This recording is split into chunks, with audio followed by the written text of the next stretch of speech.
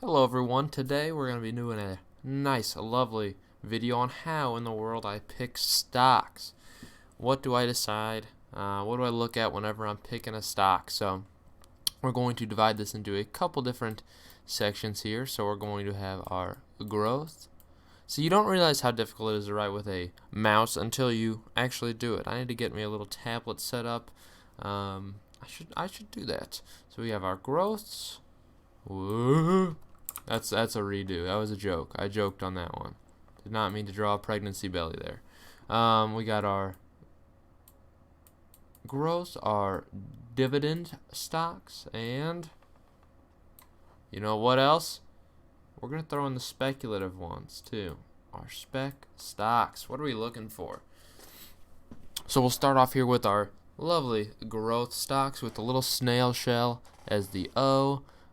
Because why not? Gary the snail right there. So first off, obviously something very valuable here is going to be one of the most valuable metrics I personally find is the PE ratio. So for the PE ratio, we're going to be wanting this to be somewhere in between the for my opinion, fair value is going to be between 15 and 25. This is a lot higher than many people might think. I don't think this is necessarily an absurd range, but I think 15 is definitely ideal, but I'm willing to sacrifice anything up to 25 seems perfectly fine. Anything obviously under this is under 15 will be undervalued. Anything over 25, in my opinion, will be a little bit overvalued. But what might let me get into these stocks that I find to be a little bit more quote-unquote temporarily overvalued would be the forward price to earnings ratio, which is again that price of the stock over the annual earnings. So you see what that valuation is. So if the forward PE is going to be around the 20 range, so I can sacrifice a current PE. So if this thing is already, let's say if this thing is a PE of 30, I'm willing to sacrifice purchasing that if the forward PE is going to be somewhere around 20. So that means in the future the valuation is certainly justified, and it could personally 100% expand from there. So that's what I'm looking for in these lovely growth stocks. I'm also a very big component of debt to cash. So I want cash is going to need to be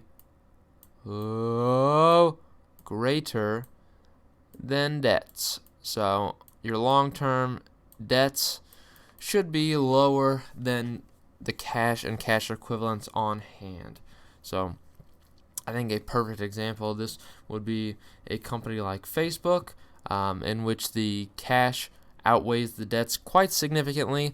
Their valuation is a little bit high currently. Their forward PE certainly decreases that valuation quite a bit, but their cash certainly outweighs their debts because they're such a profitable company. So that is what makes me consider them to be a decent little pick here. So nothing too absurd going on here. As far as what else we're looking for in growth, I will say I will not be upset if they're paying a dividend. I'm not going to be upset in them. So either I'm upset with a no dividend to, let's say, something around 1.5% would be personally a fair dividend for a growth stock. Anything over that, obviously, you debate whether or not they're actually able to grow depending on how much they're paying out in terms of that dividend. So usually you see companies like Apple, which are more of a kind of like a value growth stock at this point. They're only paying around a 1.3% yield. So that's perfectly a fair yield, but a company like Facebook isn't paying a dividend, which I'm perfectly okay with. I prefer if my stocks have dividends, but it's not a deal breaker if we're looking on the growth sector here. And obviously, with growth, I need to look at the prospects. So prospects, the future of the business. what's the future look like? So is this a company that is selling, let's say, are they selling handheld phones? If so, where's the viability of that long term?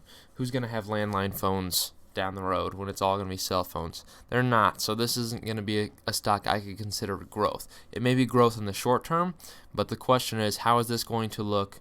My minimum is going to be 5 years down the road. So we're going to see what 5 years, how's that thing going to look? Will it be a growth, or will the business decline? And those are connected for whatever reason it might be.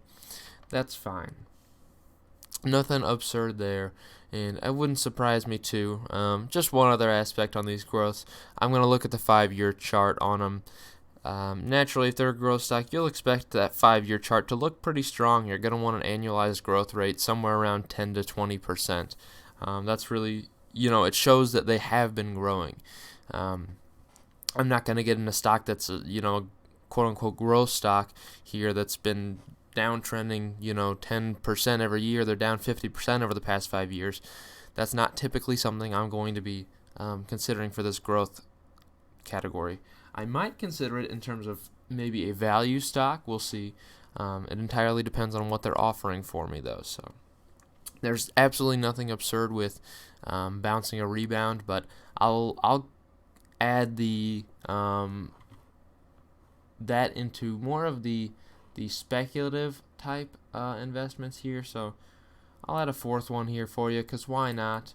We'll talk about the value, these value stocks. So next, they're similar to dividends, but so for a dividend stock, well, it's certainly debatable on what you're looking for here. So obviously there's two different really categories for these. So one, in my opinion, the real estate investment trust category.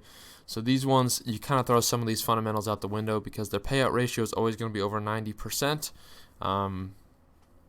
So again, those aren't necessarily applying to this, so we'll consider them a little bit separate. But for my normal, if I'm just looking at a normal stock, what am I looking for in a dividend stock? So a dividend stock, I'm not necessarily, the goal is not going to be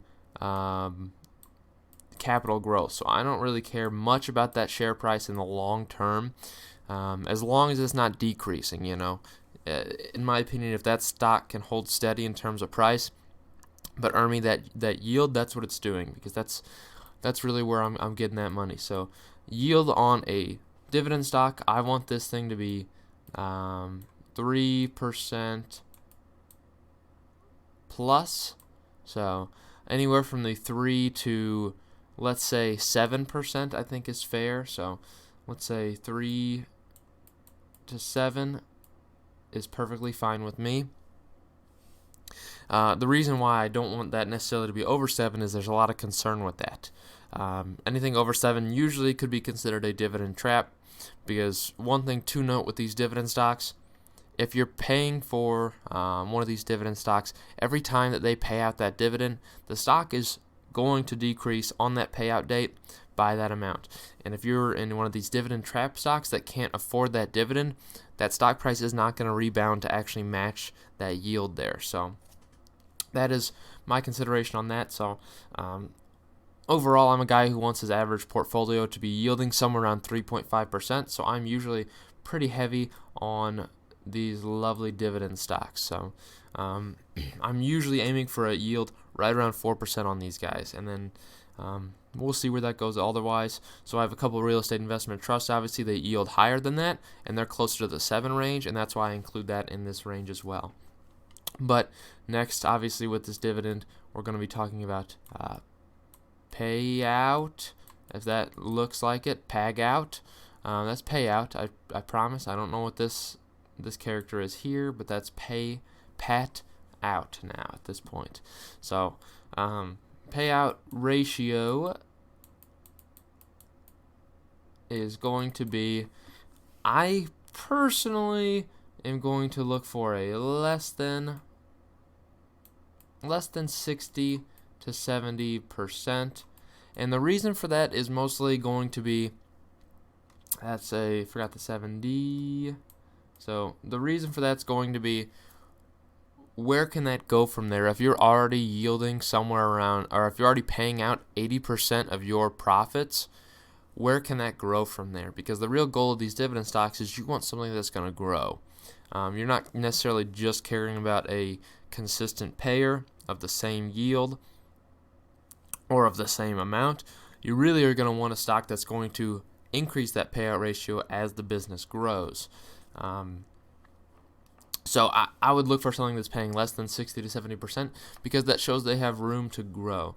So a company like Activision, Blizzard, yielding only around a 1.5%, but their payout ratio is somewhere around 30% to equate for that. So they have room to grow that dividend, and there's no doubt about it. They have plenty of room to grow that if they so chose. So they're paying at a smaller one in the meantime, but they have room to grow consistently as they continue as a business. So that's something certainly to consider with these. And if we're also looking at these dividends, these dividend payers, there's plenty we want to look at, and that is going to be, let's talk about the dividend growth history. So naturally, there's a lovely tool. There's several ones. There's Dividend.com. I usually use Seeking Alpha to look at the dividends on certain stocks. So not only will they show you the amount, they'll show you the payout ratio, and they'll show you the growth. So they'll show you the annualized growth rate. So how much are they growing that over time? So as far as a growth, I think you want a company that shows consistent growth. And personally, I think anything 10 plus years of growth, and it obviously depends on how long the stock's been paying a dividend, but a nice dividend grower is 10 plus years of growth because you can show they've got that track record of actually growing it. Instead of something that's grown 2 years in a row, maybe they decreased 1 year, maybe they stayed flat 1 year. If they're showing that positive dividend growth, that's fantastic. But again, I think there is room, in my opinion, on that to potentially, there's some wiggle room on that. It doesn't necessarily have to be that, but if I'm looking for a nice, consistent dividend payer, I'm going to look at something like a Coca-Cola that's going to consistently grow 20 plus years. They've been growing a dividend because I can trust that dividend. But meanwhile, you see a company that maybe has had a flat dividend for years. It's obviously nothing upsetting, but if something has a flat dividend, I'm going to be looking at that payout ratio for sure. And if the payout ratio can justify it, I'll have no issue with it. So maybe a company like Tapestry Brands, if their dividend's staying flat, and they've announced that. So they've got a flat dividend, not necessarily growing, but not necessarily decreasing. The way I can justify having that in my portfolio is if that payout ratio stays consistent or even decreases. So if that payout ratio ekes somewhere around the 100 plus range, I'm going to be a little bit scared on that. So that'll lead me to potentially get rid of the stock, because if they're growing over, or if they have over 100%, obviously they're paying out more than they're bringing in. Therefore, in the long term, they're losing money. So that dividend's not sustainable on that point. So a company like Boeing right now has a payout ratio somewhere around 300%, and a lot of that's just due to a lot of legal troubles they've had. The Boeing Max, 737 Max being grounded. We'll see how that changes as they're finally able to bring the fleet back here shortly. But again, this is a company that dividend is not sustainable. If that business doesn't change, the dividend isn't sustainable. So I'm not going to be looking at Boeing for a dividend stock, in my opinion, because that payout ratio is ridiculously high.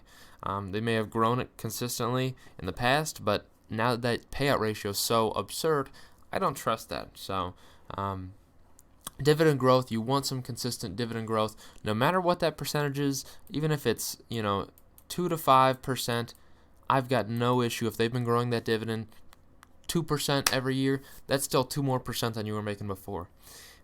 And the point of that is, if you get in one of these dividend payers earlier, sooner rather than later, if you think about it over the long term, as they're growing that dividend, your cost basis is lower, so therefore that yield for you is actually higher. Your dividend yield goes up as the stock price, is going up, or as they continue to increase that dividend, only because of the fact that your cost basis is actually lower. So your cost basis is $10 a share.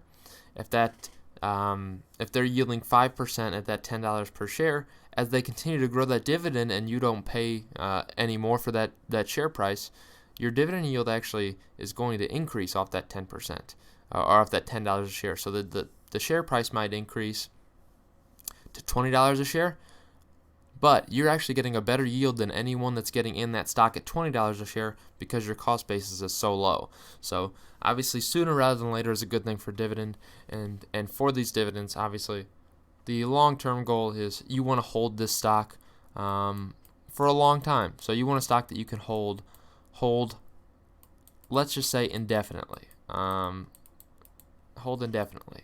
So it's something that for the foreseeable future, as long as what you can see, this is a stock that's going to stay around.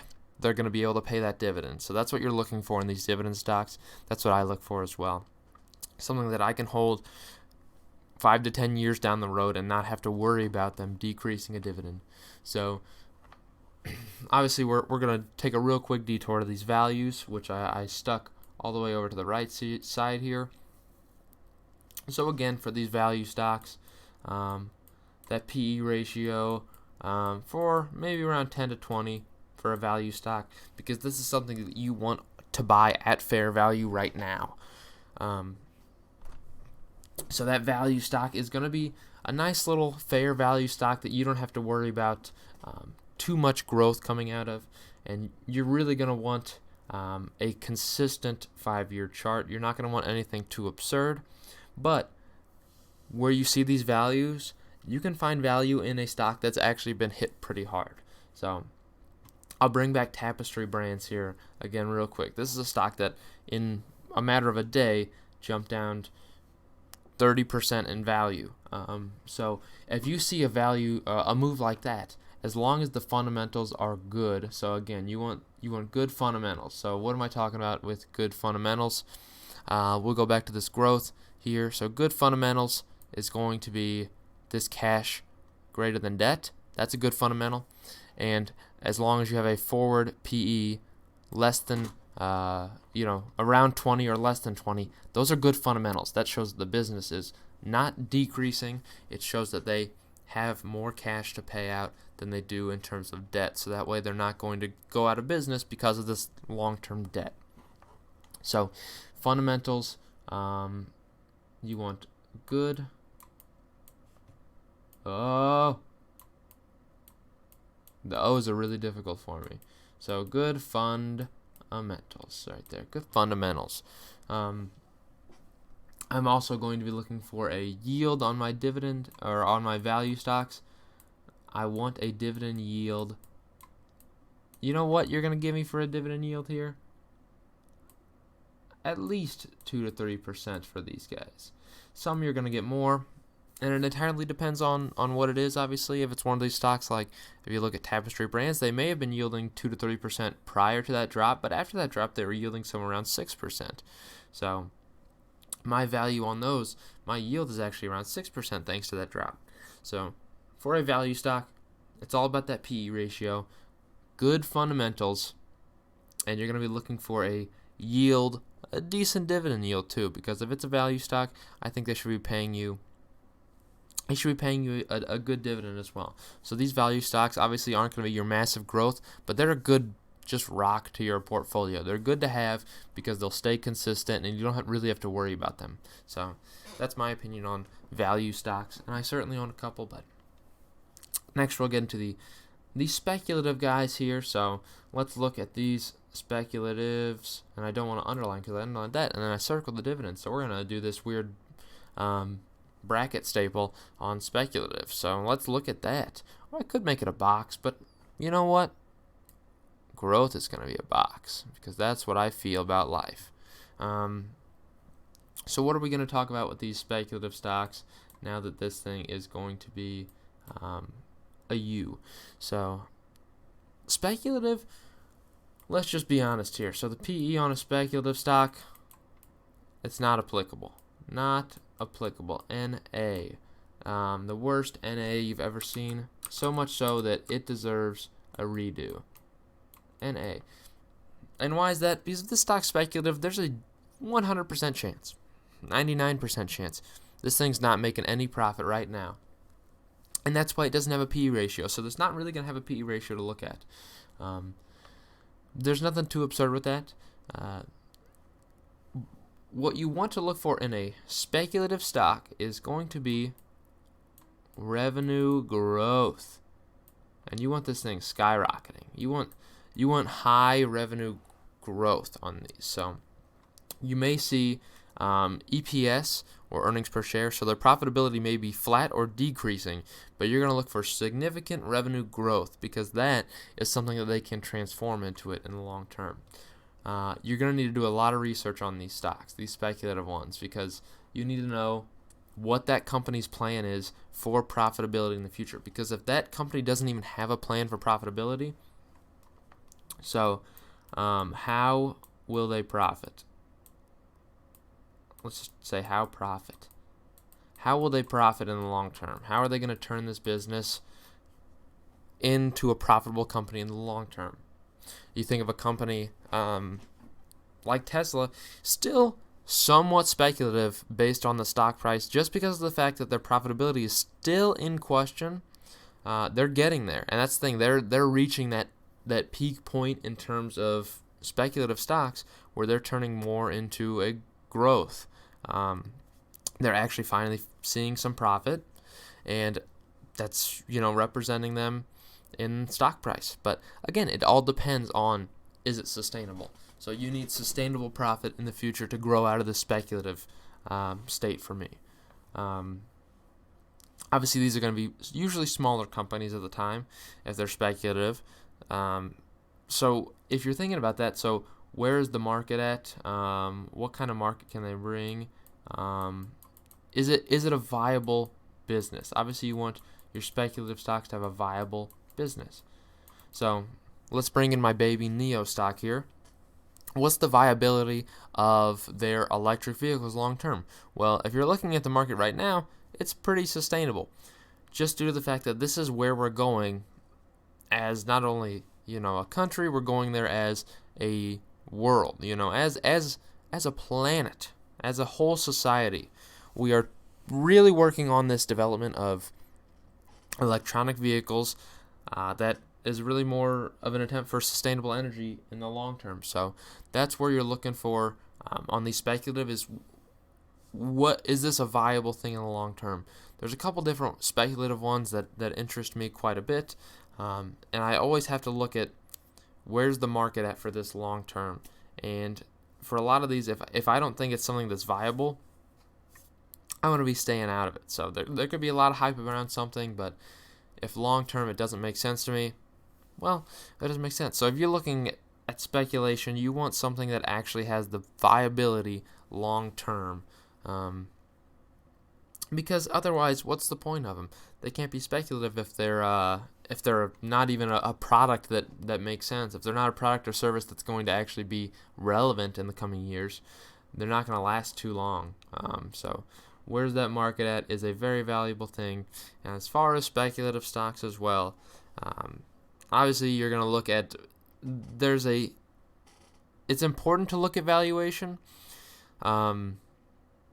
Obviously I mentioned there is no such thing as PE ratio here, but occasionally you'll see these things skyrocket and the valuation just isn't justified, even if you're looking at the future perspective. So if you're looking long term down the road, what this thing is right now, if you think this valuation will not actually accompany it for another 10, 20 years, what's the point? In my opinion, I don't see much more room for Tesla to grow in terms of stock price, just due to the fact that it's priced in maybe 5 years down the road once they reach that valuation, in my opinion. That's my perspective on the matter. So I think you need to look at where the value lies in that, because it could be a speculative stock that's going to grow up massively, has massive growing revenue, but if the valuation isn't there, I don't want to be part of that. And I think a very good case for that is going to be looking at most recently these, the cannabis stocks, let's say. Let's talk about the stocks of the devil's lettuce. So these are companies that in a matter of a year shot up 1,000% valuation. And now, as you see, investors are actually weighing how long it'll take to get that valuation. Every one of these has just dropped 50 to 70% in valuation because of that, because the valuation wasn't justified at the time. So it may have been a very speculative stock, but that valuation still is not going to be justified for years down the road, and that's why we've seen such a drop-off in those kind of companies. So overall, this is my opinion on how I'm going to be picking stocks on the 4 different categories, let's say. So let me know what you thought of them. If you like them, let me know. Heck yeah. Let's go. That's how I pick stocks, baby.